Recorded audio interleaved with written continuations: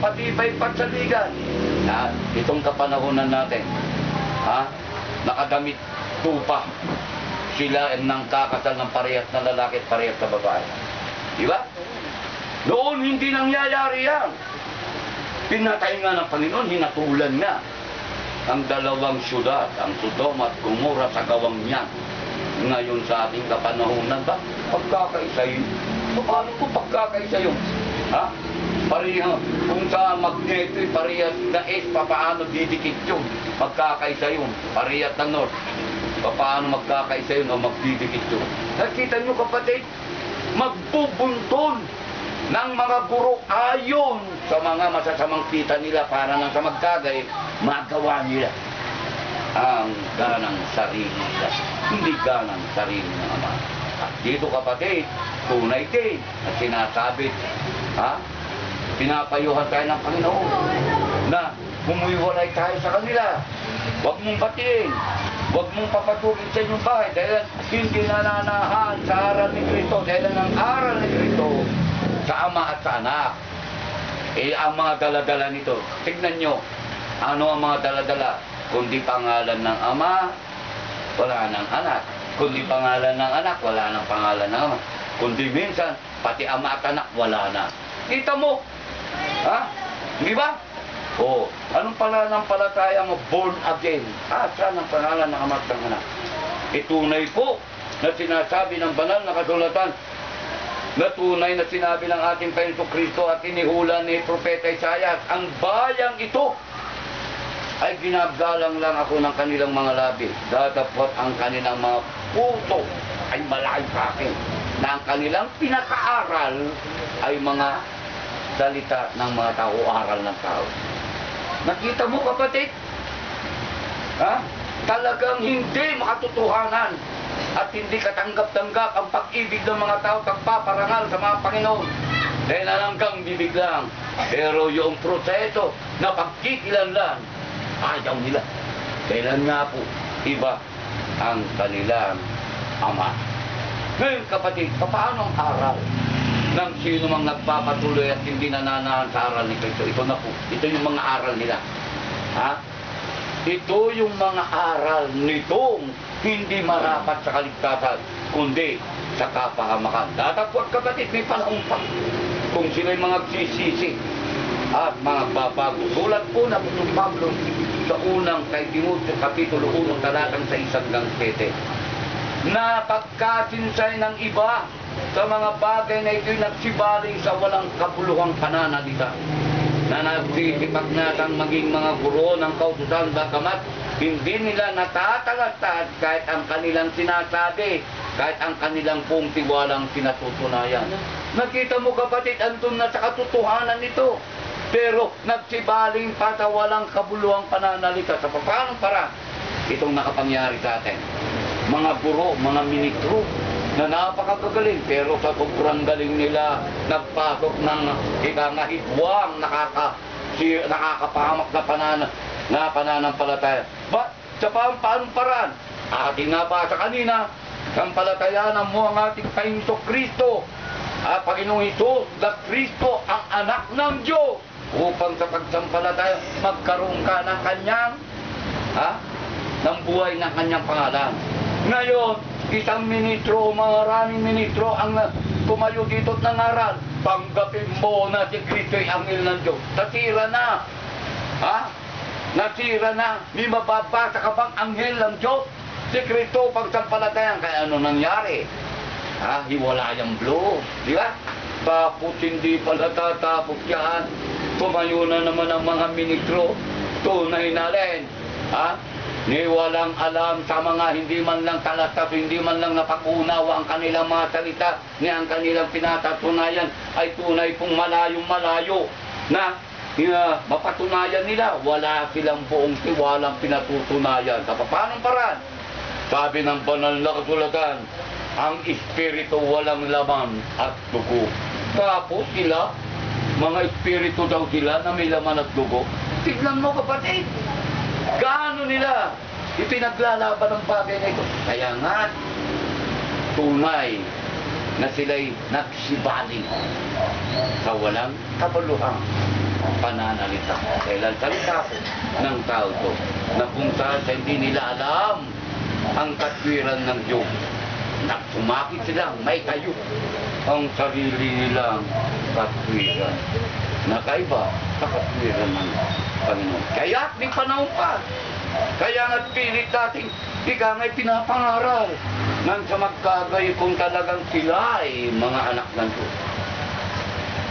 Tunay na mapapabilang sila. Na dito kapatid, ito na po ang kinakailangan na tayo magiging matatag, matibay. Ito kapatid, marapat na gawin ng bawat sa atin, lalong higit sa kanila. Sa kanila, dito mo mapapansin. Pero sa atin, bilang pagpayo at utos ng Panginoon na dapat, ito natin gawin ang bagay nito. Narito po, tulad na Apostol Pablo sa mga taga-Kulosas, Kapitulo 2, talatang 21 hanggang 23. Gaya ng, huwag tumampo, ni huwag lumasap, ni huwag humipo, na ang lahat ng mga bagay na ito'y nangasisira sa paggamit ayon sa mga utos at mga aral ng mga tao. Sa ating kapatid, sabi ng Panginoon, huwag mong damputin, huwag mong lasapin, huwag mong ikangahipuin, na bawang ang mga bagay na ito ay mga salita o aral ng tao na walang anumang kabuluhan, lalong higit walang daan sa kaligtasan. Kapaano pa, nakikita natin kapatid, noon pa, mismo ang amang Diyos nagsabi, mapaglibuguin ako. Huwag kayong luluhod ni purihin ng mga Diyos-Diyosan niya no larawang gawa ng kabihatnan at karunungan ng tao. Ano ngayon nakikita mo? Kapatid, halos mamatay. Pero sabi sa akin, huwag kang umikot yan, marumi yan. Kaano higit, ito pa po. Ang mga bagay na iya'y katotohanan may anyo ng karunungan sa pagtambang pusa at sa pagpapakababa at sa pagkakahirap ng katawan. Ngunit walang anumang kabulan laban sa ikalalayaw ng laman. Kita mo, gagawa ka ng walang kabuluhan? Huwag na lang. Nagayang sinasabi, pag dumating yung translasyon nitong itim na Nazareno, anong sabi? Kahit mamatay ako. Dahil na mapagpahimala, mamamatay ka, mapagpahimala. Hihimala ba kung mamamatay ka? Ang Diyos ko kapatid, hindi himala yun. Di ba? Sasabihin himala to, mamamatay ka naman. Huwag. Kaya kita mo, ang kanilang pananalita, hindi pa nila napag-unawa. Himala daw, kahit mamatay daw sila. Diyos sa makatwid, hindi himala yun. Mamamatay ka pala Himala ba yun? Dapat mabubuhay ka, yun ang himala, kapatid. At lalong higit sa atin, mga minamahal, kalimitan, yung mga superstitious belief, alisin na natin. Dahilan yung superstitious belief, tatabihin ng tao kayo na mandadamay sa'yo sa kapamakan. Dahil ang kalimitan yan Lalong higit may bit-bit na bata, maya-maya nahilo yung bata, o makikita mong matamlay,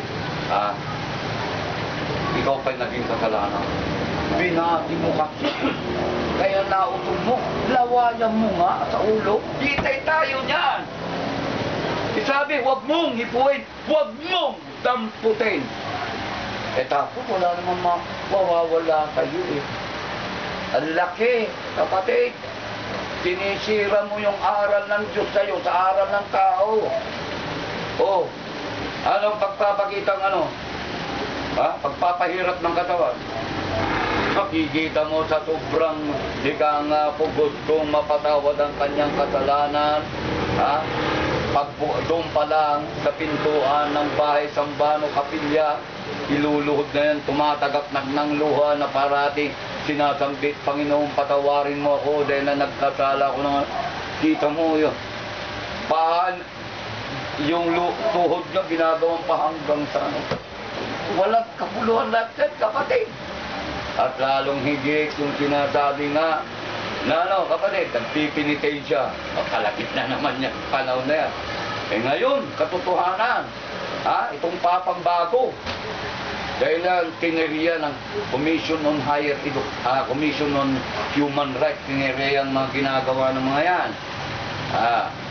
Ang tagal na panahon na inabuso o yun ang pinilit na ika nga po mapagpahimala at lahat ng sakit ay ika nga malulunasan at ang lahat ng hiling ay may pagkakaloob sa pakikipag-isa sa pagbabata ng ating Panginoon.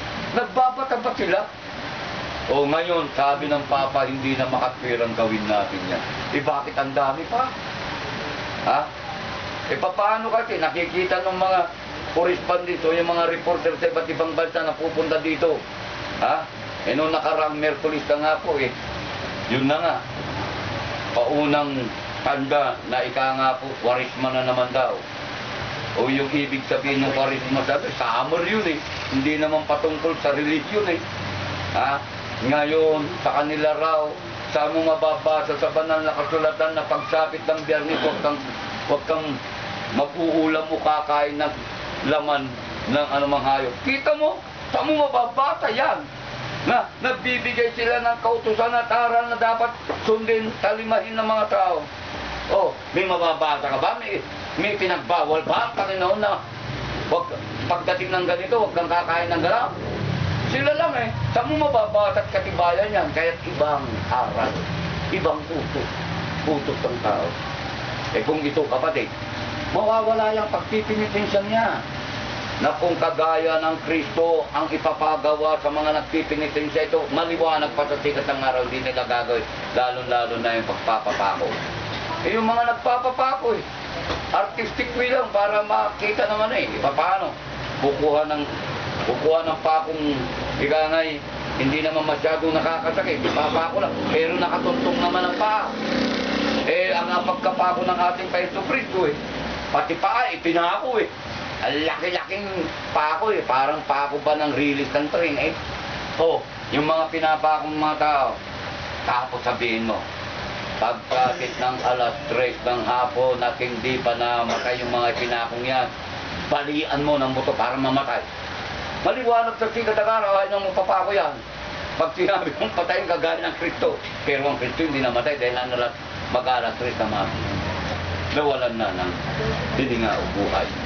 Pero yung dalawang nasa kanan at nasa kaliwang tulisan, tinalian yun hanggang mamatay. Papalian ng buhay. Kaya nga, kung titignan nyo ang mga aral kapatid sa banal na kasulatan, noong panguna, naihula na. Kaya nga yung korderong kinain na nahanda sa Pasko ng Panginoon sa lupain ng Hipto, walang anumang butong mababali. Kaya hindi nabali. Kaya yun ang inilalarawan ng ating Panginoon Kristo, hindi mapapali. Kaya bandang alas 3 o ikasyam na oras ng hapon, patay na ang ating Panginoon Kristo. Pero lumapit ang mga kawal, ang nakita, buhay pa yung dalawang gaano man na nabigyan pagkasa, yung nasa kanan. Binigyan ng pangako ng ating Panginoon Kristo, nakakasamahin siya sa paraiso, pero buhay pa doon. Kaya kapatid, yung napakabigat na aral ng mga tao doon na pagsapit ng gabi, wala nang dapat. Dahil ang kinaumagaan nun, wala. Araw ng pagpapay nga walang gagawa. Kaya anong mangyayari? Binalian hanggang mamatay. Dalawang kulita.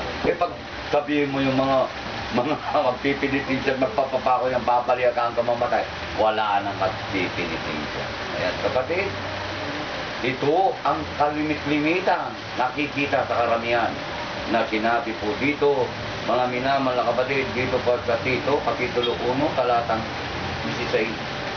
Sila'y nangagpapanggap nakikilala nila ang Diyos. Ngunit ikinakaila sa pamamagitan ng kanilang mga gawa. Palibhas ay mga malulupit at mga matuwain at mga itinakwil sa bawat gawang mabuti. Kita mo kapatid, sila pa mismo nagsasabi, pero pagpapapanggap lang. Nakilala na nila ang Diyos, pero iba ang ating katangian. Wala sa kanila ang kabanalan, katotohanan at gawa, kagandang aganto, kabutihan. Wala sa kanila yan. Hindi malulupit, matutuwain, at itinakwil sa gawa, mabuti. Ito kapatid, ang aral na nakikita natin. Kaya nga, kung sila ang makatotohanan, hindi na sana magsasambit ang ating Panginoon Kristo na pagdating ko kaya. makakatumpong pa ako ng pananampalataya sa ibabaw ng lupa. Sa dami nila, kapatid. Di ba? Katotohanan lang. Sa dami nila. Magsasabi ng gano'n, ang ating Panginoon Kristo na nakalim lang may matutumpungan pa yan. Lalong-lalo na yung sinasabi nilang kaligtasan na iglesia ni Kristo na yan. Oo. Kapatid, sa dami nila, ay hindi. Ngayon kapatid, ano ang nararapat na gawin ng mga nangakikilala kaya po natin, bukod sa atin, ng matuwid at putis ang Diyos na nangasusulat o mga hinirang na anak ng Diyos. Ano pong nararapat natin gawin? Huwag tayong pataya, huwag tayong madaling makilo sa anumang mga bagay-bagay. Alam nyo na ang ating aral, matibay pa. Kasing tibay, kahit kumating ang uno, hindi madaling makilo. Bakit kasi? Tunay na natayo ka sa batong girang mahalaga. Saan na natayo? Sa ating Panginoon Kristo na nagpakita ng katag-ibay ng pananampalataya. Natayo ka sa Kanya sa makatuwid. Hindi ka rin madaling makilo, hindi ka matataya. Maliwanag yan, kapatid, na napakasimple. Kaya ano ang dapat gawin mo dahil hindi ka matataya, hindi ka maaaring makilo, dahil natayo ka sa batong panulog na napakatibay, kahit unod ka dumarating, kaguluhan, o hirap man, o ikangay, kalungkutan o pagtangi, kapigatian man, wala yan. Hindi ka makikilo, hindi ka maapektuhan. At anong dapat natin gawin kung hindi tayo magtiis?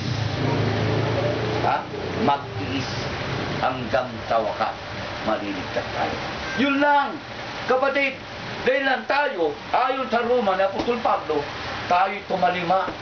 Isang bansa tayo, oo, bayan, tumalima sa pananampalataya. Na yung pananampalataya ating tinalima, yung bang itinayo ng Amang Diyos sa pamamagitan ng kanyang anak. Hindi sa kanila na nagtayo sila ng kanilang sariling pananampalataya, kapatid. Sa atin, nasulat ang pananampalataya niya. Na kung sa napakatibay pa po ang kasaysayan. Sa anong pamamara na kasaysayan? Hindi pa man natawag na apostol. Si Apostol Pablo, Saulo pa lang ang pangalan. Pinusig at nilipol na itong pananampalataya ito. Dahil iba yung pananampalataya, magkakontra eh. Pero nung dumating na siya ay maging alagad o apostol, itong inusig at nilipol niya ang iglesia ng Diyos ay kanyang ipinangarap. Kung sila, kilala nila ang ating pong Apostol Pablo. Bakit? Iba yung kanilang ipinangangarap. Na nagsasabi pa, tularan natin si Apostol Pablo na gaano po, na hindi pa pakor siya karapat dapat na hindi pa siya inirang nung mairang siya, tunay na nagpatay. Pero yung hanggang doon na, pero yung pangangaral ng tunay na pananampalataya kinaaniban ng ating Apostol Pablo at ipinangaral at tularan, hindi yon ang kanilang ipinangaral. At kita mo, kapatid, kaya ang sa atin, ito lang pag-aliw at pagtitiis ng kasulatan ito. Siyang matibay na natin. Ika nga po, pangatawa ng panghawakang matibay. Kahit anong kalungkutan niya, magpis ka lang. Dahil hindi ka taga rito, kapatid, doon ka. Iiwanan mo ito. Pupunta ka rin. At sa ating pong pagtitiis, hanggang sa kawakasan para maligtas, anong marapat natin gawin? Mga galak tayong palagi. Nakita mo, ang pagdaliw ng kasulatan at utos ng Panginoon sa atin, mga galak kang lagi. Unang Tesalonica Kapitulo 5, talatang 16, gaano man na tumatangis ka, gaano man na napakarami mong problema, maagalak kang lagi. Bakit? Tumasayo ang kaligtasan eh. Abot kamay mo na yung putong ng buhay na magpakailanman ay sumakayo. Kaya ano yung mga bagay na yan na makasisira kayo, kapatid? Yung pag-iyak, yung magtitiis ka na magdidil ka man ng asin, yung magtiis ka na napakarami mong kalungkutan, ay hindi yan dapat tiisin. Pero ang kapalit, kapatid, magpakailan kamang tunay na kagalakan at kasayaan. Wala na rin yung mga ayaw mo. Kaysa naman malublog ka. Kadagat-dagatang nagdiningat ng apoy at apupre. Na wala na rin mangyayari sa'yo. Na magpakailanman din. Mangangalit ang ipin mo, iiyak ka pa. Bawat tiktak ng urutan. Yun ba? Tumakay ba? Kaya ano man po ang mangyayari sa akin dito sa ibabaw ng lupa dahil hindi tayo taga rito, kundi ang nakataanan natin doon sa langit, yung karyan, yung bago, kapatid, magagalak kang lagi. At kalintabay yan, manalangin ka.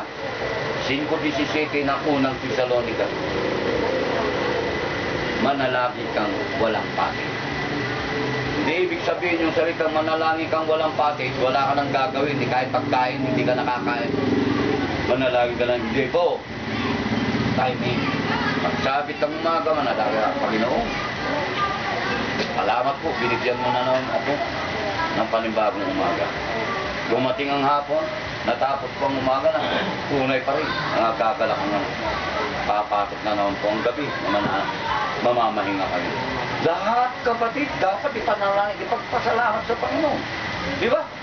Siya ang Ama na hindi natutulog. Buti mga tayo natutulog. Kaya malalangin, walang pa. Napakasisimpit, napakagagaan na uto. Pero buhay po ang katawan. Yung ninanasa ng bawat tao. Nakaligtasan o pagkamit ng buhay na walang gan. Sumasa atin yan. Kaya napakapalad natin sa harapan ng Panginoon kapatid.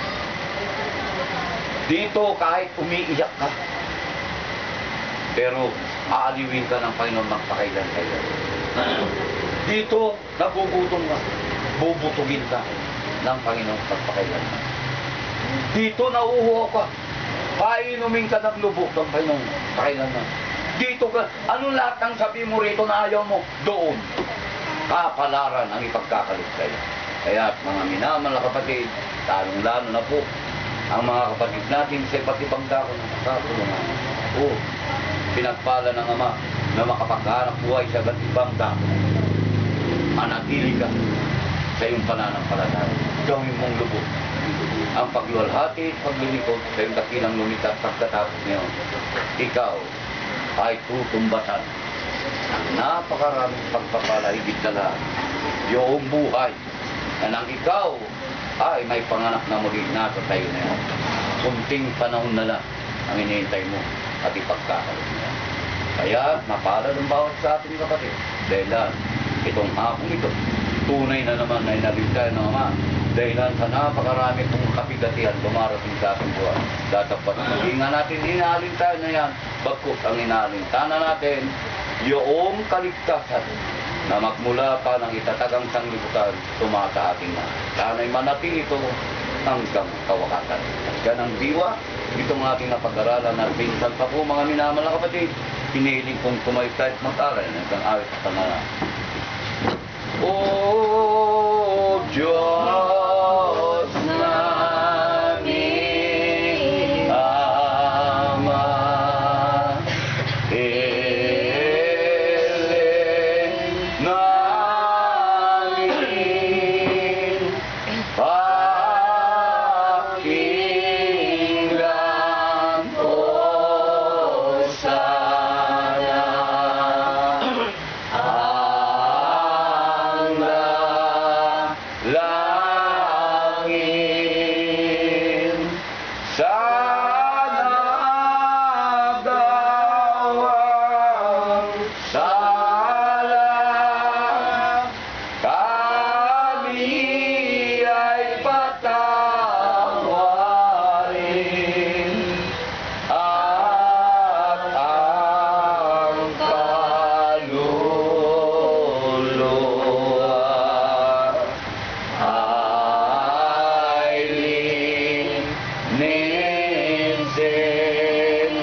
manalangin ka kapatid na tayo. So, Panginoon Diyos, mga Panginoon, maraming salamat po, Panginoon, at natapos naman po kami sa atin. Salamat po sa mga salita at araw na amin natin sa unong naway, Panginoon, ang mga salitang ito ay tuloy sa amin po sa titipan, maging sandata namin sa pang-araw-araw namin, Panginoon, at kapagin pa kasi po sa mga Panginoon, nananalangin po ako, Panginoon, Panginoon na sana'y ilayin po kami sa kapahamakan. Aming Panginoon, hanggang sa huli, huwag po kami lumitaw sa pagkakahawak sa inyo, Panginoon. Ito po, Panginoon, sa dulo, magsama-sama po kami na kami yung sasalubungin upang pumasok sa inyong sa inyong bahay na ito na pinangako sa aming Panginoon. Pinapanalangin ko po, Panginoon, na sabayan niyo po ang bawat isa sa amin sa pag-uwi namin, Panginoon, naway hindi lang namin narinig ang inyong mga salita, bagkus, Panginoon, kaya araw-araw namin maging dalahin ng mga ito, Panginoon, hanggang sa muli kami magkita-kita ulit, marinig niyo yung mga Panginoon. Hindi po kami nakapatawaran sa aming mga pagkakasawat, Panginoon. Tawarin niyo po kami sa pagsigilan namin bilang tao, Panginoon. Sana, Panginoon, natutunan po namin ilayo ang aming mga sarili sa mga balakid, Panginoon, at mga gawang hindi ka nais-nais sa inyong buhay, Panginoon, ay dinadalangin ko rin po, Panginoon, ang mga karamdaman ng aking mga kapatid, ng aking mga magulang, Panginoon, na sana'y kung ito man po ay mga bagay na nakakahinder sa kanila sa paglilingkod sa inyo, Panginoon, sana'y pagawin po ninyo, Panginoon, na hindi mapagbalak kamay at gumutin ang mga karamdaman ito, Panginoon. So, dinadalangin ko rin po, Panginoon, ang mga ministro, lalo-lalo po ang aming mga ministro, Panginoon. Nagbabayan niyo po siya, Panginoon, sa kanyang kaaraw-araw, Panginoon. Sa pag-aaral nila ng mga salita, Panginoon. Sana'y huwag niyo po hayaan na pasukin ng mga hindi magandang bagay ang kanilang mga isipan ng Panginoon. May pangaral po nila ang inyong tunay na salita na mula sa inyo, Panginoon. Sana'y, Panginoon, ganun din po ang mga kapatid ko na napanghihinaan ng loob, Panginoon. So, maranas po ng kahirapan, Panginoon. Gabayan niyo po sila. Sana'y magbalik loob po sila, Panginoon, sa inyo. Upang, Panginoon, hanggang sa ulit magkakasama-sama kami. Panginoon, maraming salamat po sa biyaya, pagmamahal niyo sa amin. Sa kabila ng kahirapan ng hintay, upang kami gabayan. Panginoon, marami pa po kami nais hilingin. Ipanalangin, Panginoon, at pagpasalamat sa kabila ng mga pagsubok, Panginoon, nagiging matatag kami. Salamat po sa mga bagay-bagay sa hiningan ng binigay niyo sa amin, kumihirap. Sana'y maging matatag ang bawat isa sa amin hanggang sa huli na inyong pagdating. Panginoon, maraming salamat po. Ganun din po ang mga salitang hindi namin mabigay, Panginoon, at mga dalangin ng bawat isa sa amin ay dinadalangin sa Panginoon, Panginoon, sa pangalan ng inyong mahal na anak na namatay dahil sa pangmakasalanan ang Panginoon sa Kristo. Amen. Amen. Ang tungkulin sa Diyos ay gawin natin, ipagkaloob ang ating hain upang ang ating banal na gawain ay kanyang pagpalain.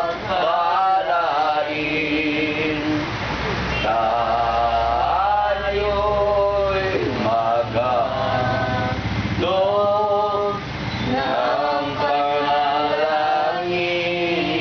bunga ng pagod ng upang ang Diyos sa atin ay malugod.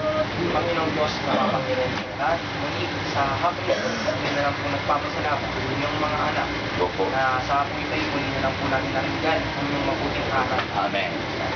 At muli na lang pong nabusog na kayo mga kanto. Opo. Siguro namin po ang konting nalaga o pag-ikot-ikot na mga sa amin.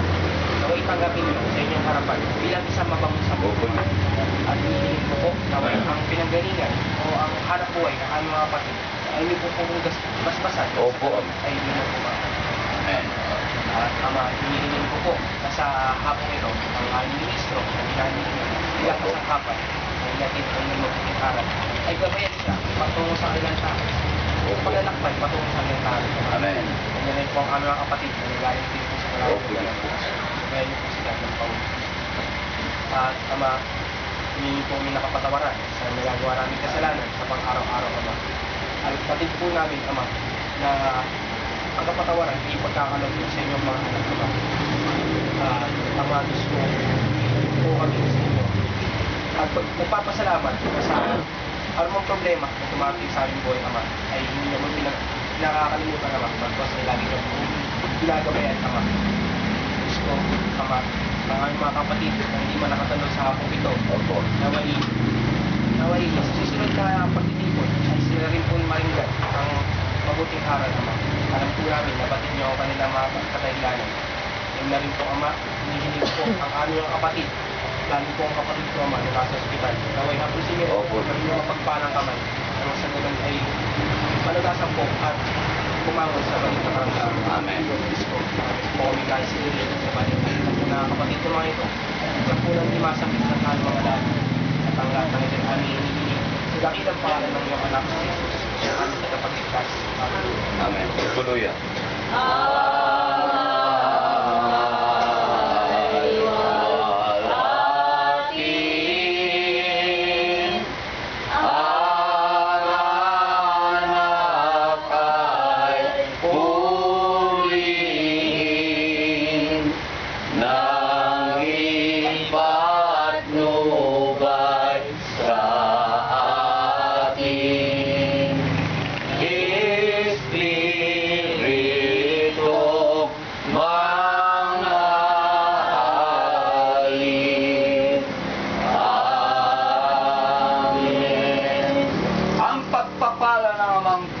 Mula sa langit at ang kanyang pagliligtas sa pamamagitan ng ating Panginoong Jesucristo, ang pagpagdubay at paglingap ng banal na Espiritu siyang sumaatin at sa mga kapatid natin sa iba't ibang kapulungan ng sanglibutan ito na nangagkakatipon din upang tanggapin ang banal na aral ng amang Diyos magmula sa hapong ito hanggang kawakasan. Amen at kapayapaan at magandang hapon po sa inyo lahat.